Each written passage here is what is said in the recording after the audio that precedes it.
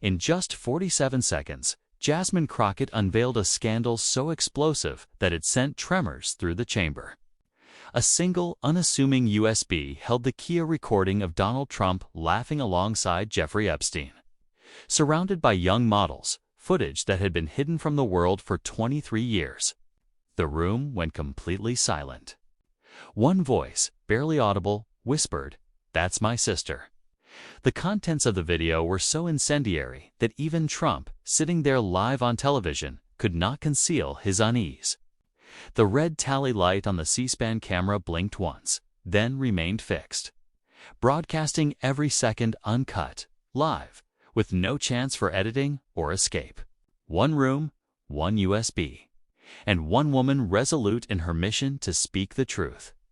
Jasmine Crockett emerged from a black SUV, her navy blue suit sharp against the morning haze, her stride calm and unflinching. The press swarmed around her like bees, shouting questions, jostling for a reaction. "Congresswoman, is it true you have the Epstein tape?" One reporter yelled. Another leaned in, voice barely a whisper. "Is Trump really in it?" She didn't answer. There was no need. Across the street, CNN producers stiffened, whispering urgently over headsets. She brought it. "It's real. Brace yourselves." The story had started months earlier with a Department of Justice leak, an unsealed file, a flash drive buried in a decades-old bankruptcy record. But the significance lay not in the media myth, was the message it carried.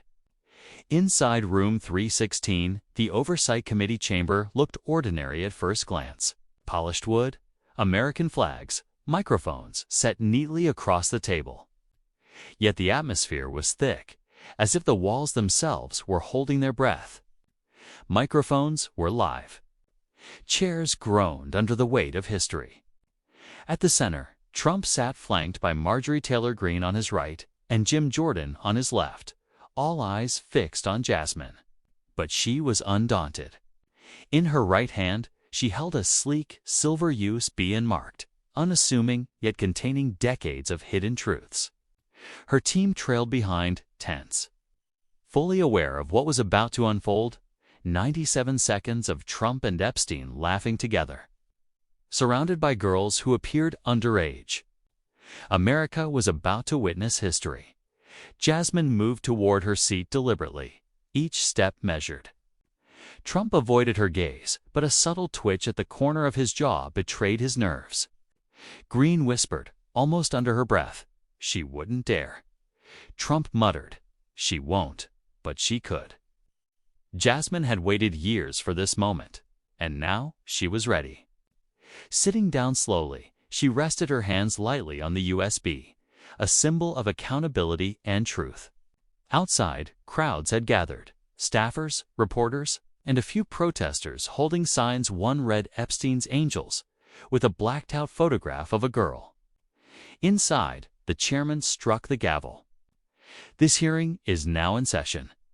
Jasmine leaned forward slightly, calm and composed, whispering to herself, "Let's see what they tried to bury." The chamber fell silent. The chairman called, "Mr. Donald J. Trump, you may begin." Trump leaned forward, hands folded, a familiar smug grin on his face. Turning toward Jasmine, he said, "She's a puppet. A woke puppet with no credentials, just a mouthpiece for the media." Laughter erupted from the far-right section. Greene chuckled. Jordan smirked. All eyes were on Jasmine, cameras capturing every moment. But she didn't react, remaining poised and unwavering. Trump continued, comparing achievements, towers, peace deals, retweets, hashtags. Greene leaned in. "She's not qualified." Jasmine's gaze stayed steady, absorbing each insult. The chairman interjected. "Miss Crockett, would you like to respond?" She brushed the USB lightly with her fingers and said, "Yes." The chamber stiffened. Trump leaned back, eyebrows raised in disbelief.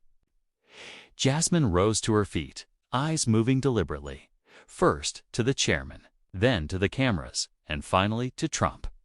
"I was not invited here to trade insults," she said, calm yet firm.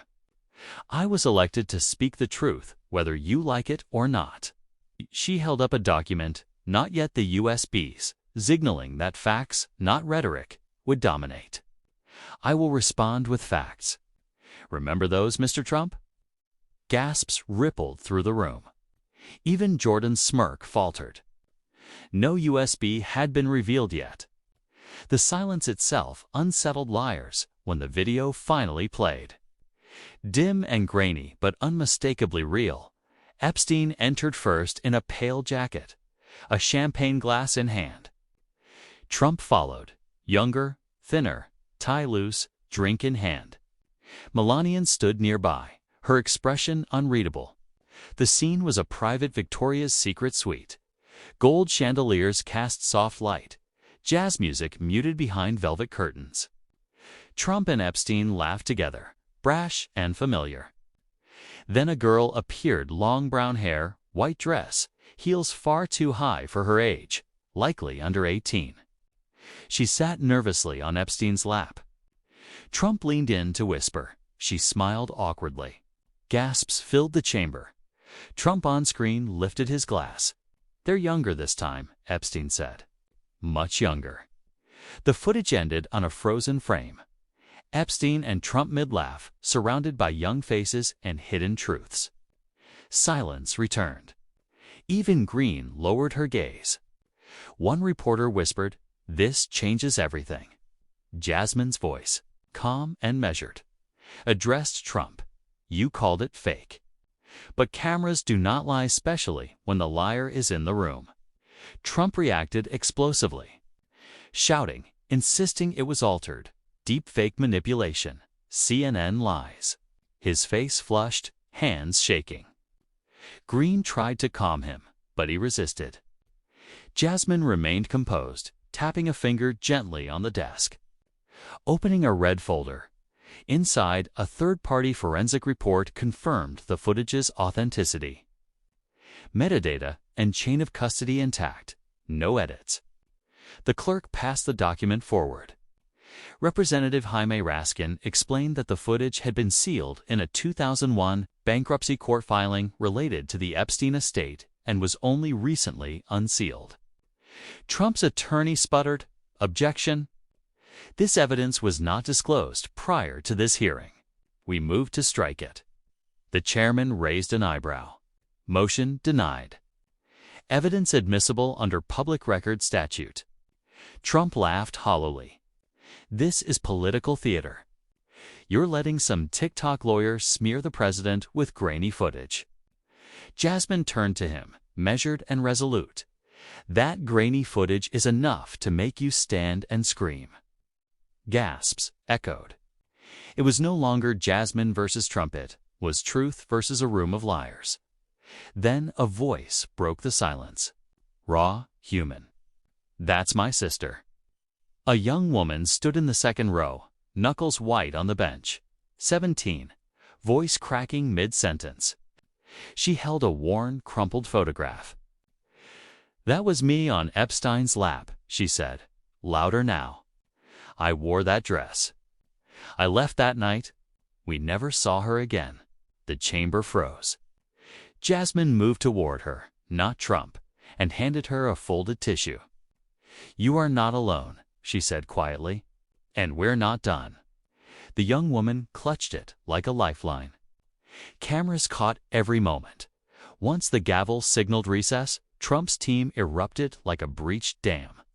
Phones pressed to ears, voices sharp, aides grabbing briefcases, Green storming ahead like a retreating general. "Release a statement." "Blame CGI," she barked. Trump walked silently, head down, his image following on screens. Jasmine remained seated, untouched amid the chaos. Outside, reporters pressed against barricades. Microphones shoved forward. "Did you see the tape? Do you believe her?" Green muttered about deep fakes, digital manipulation, Hollywood tricks. "It's a lie," she said. Too late. The footage had already gone viral. Hashtag Epstein Trump tape exploded across X, Instagram, Facebook. Jasmine's face appeared frozen in every clip, resolute, unwavering. Even as pundits tried to spin it, producers cut in with breaking news banners. GOP witness identifies. Missing sister in Trump Epstein tape. Jasmine gathered her papers with quiet precision. Staff whispered a boot press inquiries, Doge requests, networkals. She raised a hand. We're not since swearing yet. We're listening. Her gazer turned to the gallery, to the spot where silence had broken and his story shifted. In the hallway, a camera mute caught Trump snapping at a reporter. It's not real. None of it, she regrets. His voice cracked, drowned by thepris. Shutters and chants outside. Jasmine remained inside, not resting, but reloading. When the broadcast can't be turned off, what do you do? That chamber was quieter, but the tension persisted. Shopper, now a reckoning. Jasmine stood, recognized by the chairman. I request time to address the judiciary, she said, calm and clear. I swept the committee, noting familiar and hostile faces. She began not with passion, but with facts. Over the last decade, a trail emerges. Silo donations, closed-door settlements, scrubbed names. The pattern is consistent. She clicked her pen. Epstein contributed 6 figures to shell accounts linked to Trump properties, at least for funds directly tied to campaign contributions. One woman's silence cost $180,000, less than a Mar-a-Lago gala. Gasps, scribbling pens. Don Bishop across the aisle looked ready to object, but held back. We have visitor logs from Mar-a-Lago 1998 to 2002. One entry. J.D. Minarets, courted by Epstein. Records sealed. Congress never asked why. I am Trump's coughed. Witch hunt? Garbage from conspiracy blogs. Are we really letting this circus continue? The chairman narred him. Mr. Trump, you are not recognized. You will wait. Trump slumped, restless. He was losing ground.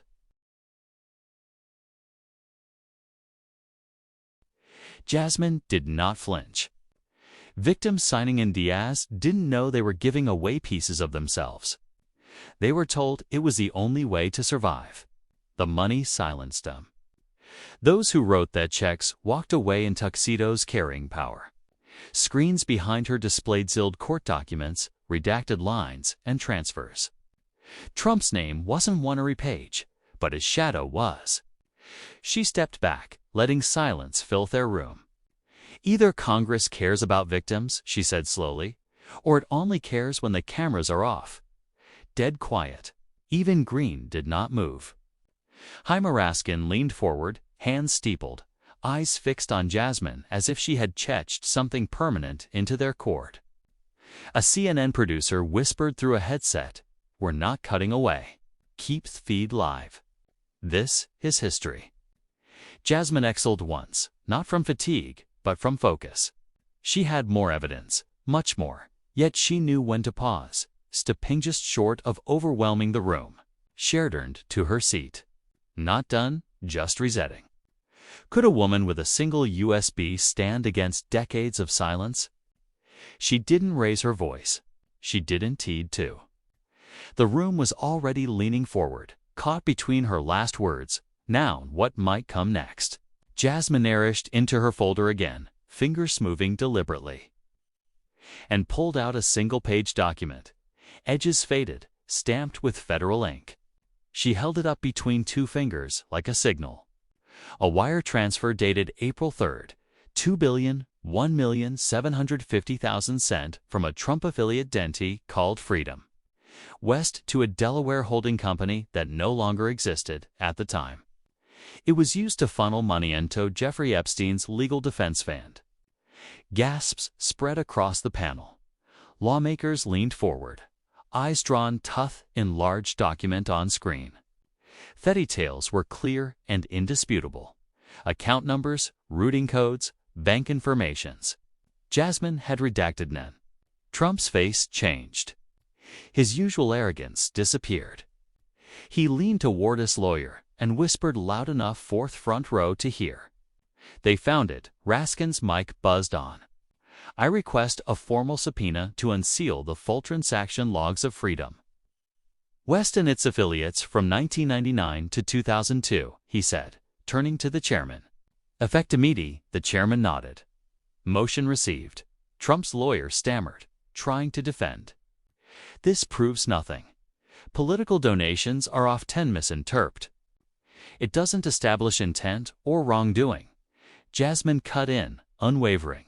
"Then why waste it routed through a shell corporation a post office box in Wilmington, Delaware? The same P.O. box Epstein used to register his jet." Silence fell, then murmurs. A CNN anchor whispered over live feed. "This just escalated from scandal to potential federal crime." Jasmine returned to the podium. "Set an eighth document down like a stone in water. We've talked about footage about girls, about NDAs, but money leaves a trail when people disappear. And this trail leads from a Manhattan office to a prison cell that never testified." Trump remained still. Hands clasped, knuckles white. Even Marjorie Taylor Greene didn't speak. Jim Jordan flipped through notes, pretending to be busy, but nothing could hide the numbers printed in black and white.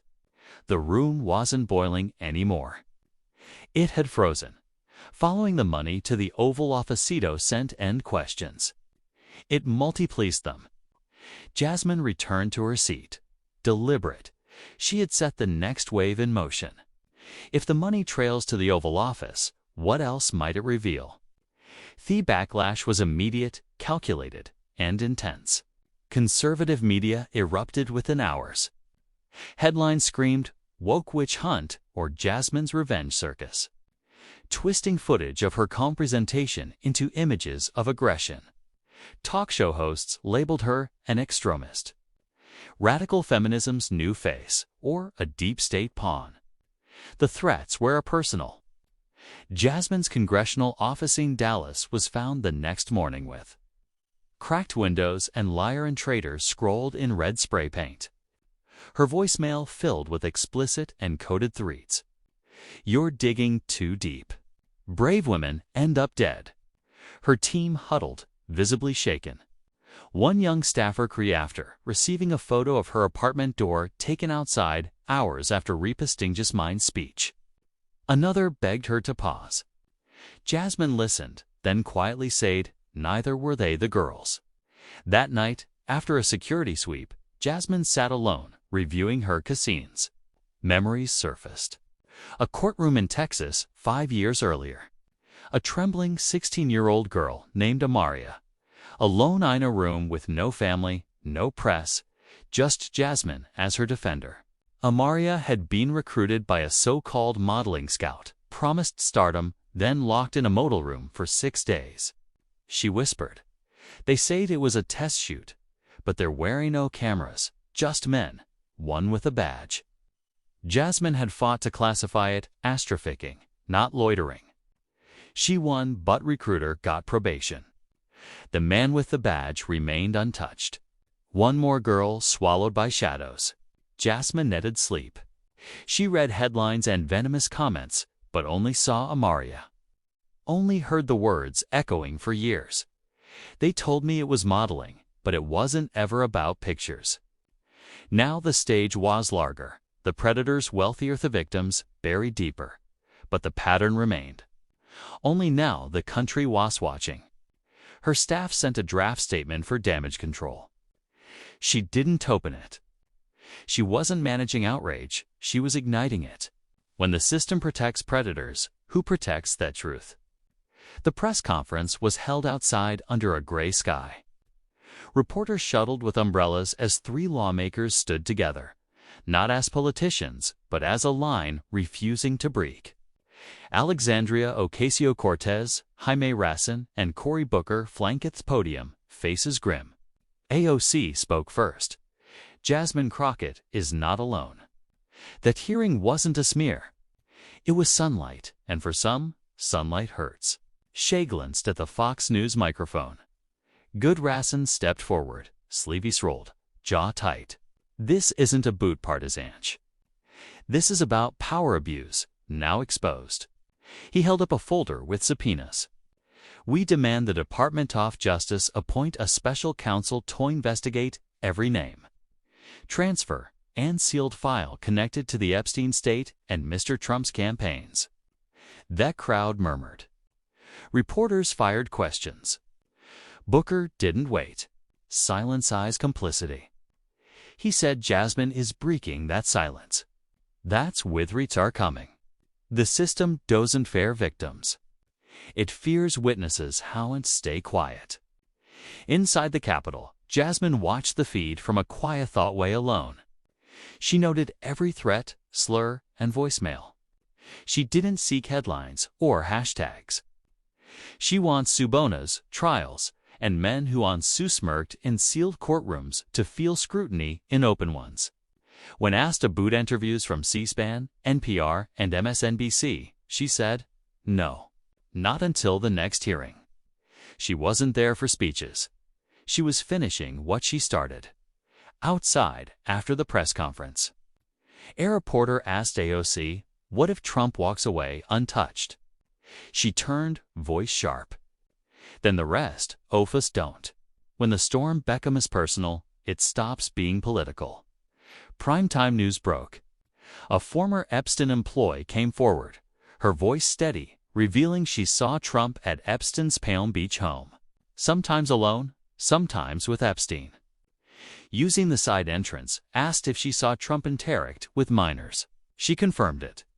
Twitter exploded, and the hearing room filled with reporters demanding a response. Jasmine's response was simple. She had seen the clip, and she was not alone.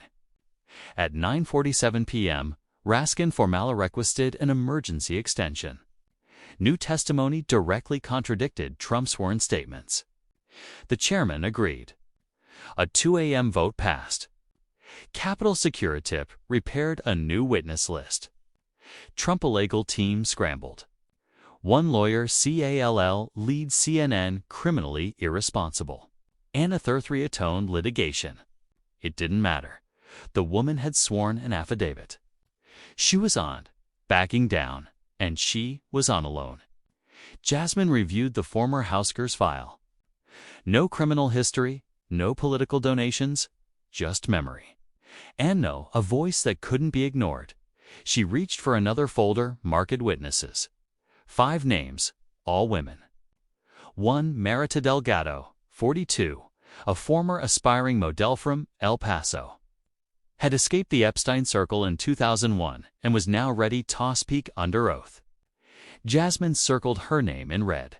This wasn't about the dead, it was about survivors willing to return. The next hearing was scheduled. It was inevitable. Reporters gathered under streetlights, phones illuminating their faces. One whispered, "This isn't just a hearing anymore. It's a reckoning." Jasmine stood at her window, watching the Capitol glow, unmoved. The cracks were widening. What breaks next? The hearing resumed. Jasmine approached the podium, inserting a second USB. The screen flickered, displaying a 2019 deposition of Trump under oath. He stated calmly, "I've never been to Jeffrey Epstein's reasons. I wouldn't even know where it is." Jasmine watched motionless, expression unreadable. Then presaged. "Let's test it," she